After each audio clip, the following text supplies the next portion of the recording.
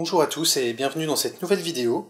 Aujourd'hui nous allons voir comment calibrer son écran à l'aide d'une sonde de calibration, seule manière d'obtenir une calibration de qualité et des couleurs vraiment fidèles, et seule manière donc d'apprécier vos photos lors du développement pour être certain que le rendu que vous voyez sera réellement celui qui sera imprimé si vous envoyez vos images sous presse. Pour ma part, j'utilise cette sonde.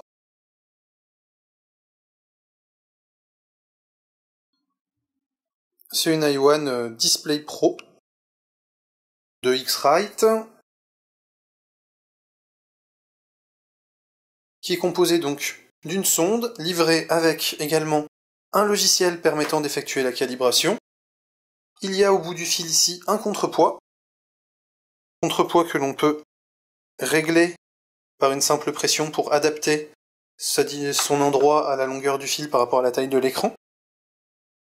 Et donc au bout, un petit câble USB, comme ceci, qui vous permet donc en fait de brancher votre sonde sur l'ordinateur pour qu'elle communique avec le logiciel et qu'elle puisse lui donner les informations pour que vous puissiez calibrer votre écran. Donc on va brancher la sonde. C'est également la sonde qui sert en fait de clé d'authentification pour le logiciel et qui vous permet de le lancer. Et on va lancer le logiciel.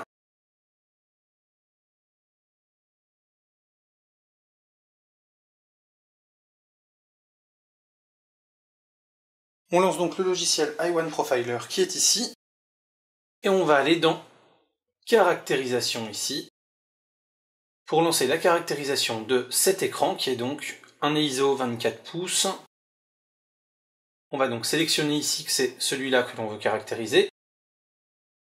On va choisir une luminance, un point blanc à 6500, c'est un bon compromis. On reviendra sur la valeur de point blanc dans une vidéo 100% théorique expliquant l'incidence de ce choix. Une luminance à 100 CD par mètre carré, donc il est conseillé de ne pas aller sur les extrêmes que les écrans vous proposent.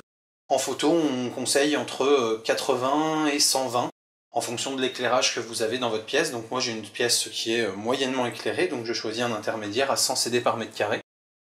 On reviendra également sur ce réglage-là lors d'une vidéo dédiée à cette notion. Le point de contraste, on va le mettre ici en 287:1, ce qui est plutôt un bon choix en fait. C'est pareil, ça sert à rien d'aller sur des 1000, des 2000 ou des 10 000 pour 1 en photographie. Je conseille d'être toujours autour de entre 250 et 300 pour 1. Donc voilà, 287:1, c'est une norme ISO qui est plutôt pas mal. Le flair correct, on va pas le mettre, puisque de toute façon, en général, je travaille en lumière artificielle placée correctement pour ne pas avoir de reflets sur mon écran. Le contrôle actif de l'éclairage ambiant, pareil, j'ai un éclairage qui est constant quand je travaille sur mes photos. Donc on a choisi les options, on va cliquer ici sur suivant. Pour le système de profilage, on va rester sur le Bradford, qui est très bien. Un gamma, une courbe de réponse à 2,2, qui est la courbe conseillée pour avoir des beaux dégradés sans avoir trop d'aplat. Hop, on va ensuite passer ici, et on va choisir par contre une grande matrice.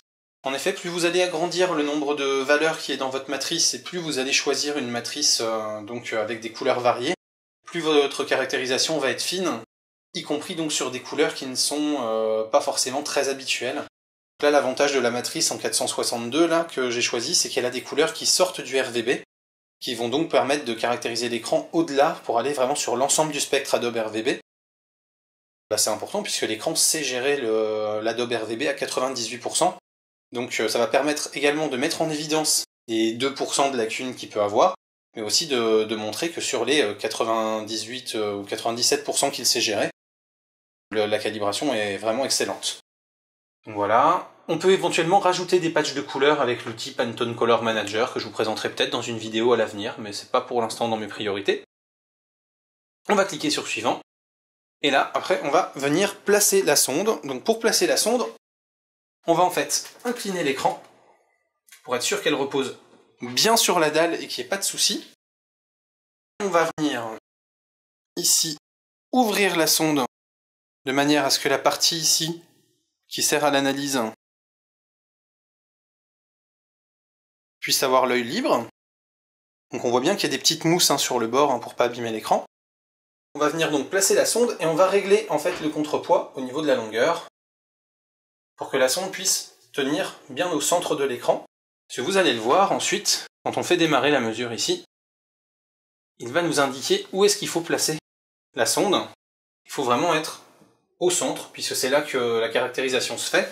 Après, on va pouvoir constater aussi la qualité des bordures pour tester l'uniformité de l'écran, mais c'est toujours sur le centre de l'écran que se fait une calibration normalement.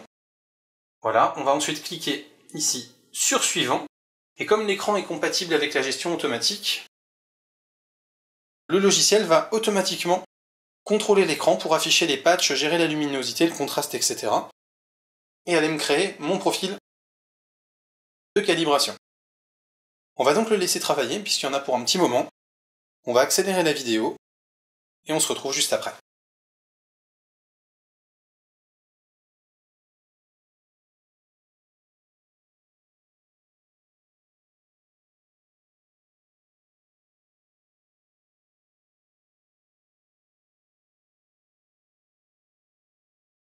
Nous voilà donc arrivés à la fin de la caractérisation.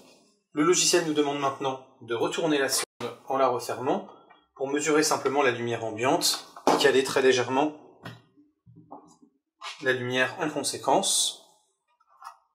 On va donc cliquer sur Suivant. Et voilà notre écran calibré. On va pouvoir ensuite aller vérifier la caractérisation. Donc on va d'abord faire Suivant pour enregistrer le profil. Donc créer et enregistrer le profil ici. Et une fois que c'est fait, on revient ici. On a maintenant un écran qui est calibré et je vous invite à regarder la vidéo partie 2 sur comment vérifier la calibration d'un écran pour voir comment on va vérifier si l'écran est bien calibré comme on le voulait ou non. Vous avez aimé ma vidéo? Alors, j'aime, je partage et je m'abonne.